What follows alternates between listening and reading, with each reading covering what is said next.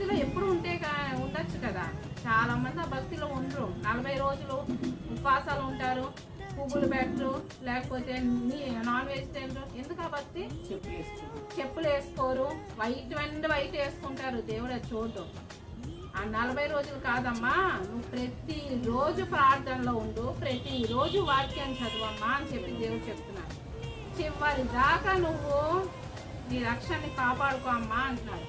40 రోజులు సీరియల్ చూడను. 40 రోజులు కాదు, దేవుడు వచ్చాడు అంటే నీ మొత్తం 40 రోజులదే చూడటం, జీవితం అంతా చూస్తాడు. నువ్వు ఏమేమి తప్పులు చేసావు, అందరూ తప్పులు చేసే వాళ్ళమే. ఏమేమి తప్పులు చేసావు, లేకపోతే ఎలా ఉన్నావు, నీ సహోదరుల పట్ల ఎట్లా ఉన్నావు అని చూస్తాడు. 40 రోజులు ప్రార్థనలు, లేకపోతే క్రిస్మస్కి భక్తి ఎక్కువ వచ్చి ఈస్టర్కి అది కాదు. ఈస్టర్కి మట్టలు తీసుకెళ్తారు, పామ్ సండే అంటారా, మట్టలు తీసుకెళ్తారు పువ్వులు గుచ్చి. మరి పిల్లల్ని ఏంటి ఆచారాలు నడిపిస్తున్నారు వాళ్ళు. ప్రార్థన చేయమంటున్నారు. ఎలాగా? నీకు నాకు సహవాసం ఉండాలి. ఇప్పుడు ఏదైనా సమస్య వస్తే ఇప్పుడు పిల్లలు ఎలాగా పెళ్ళి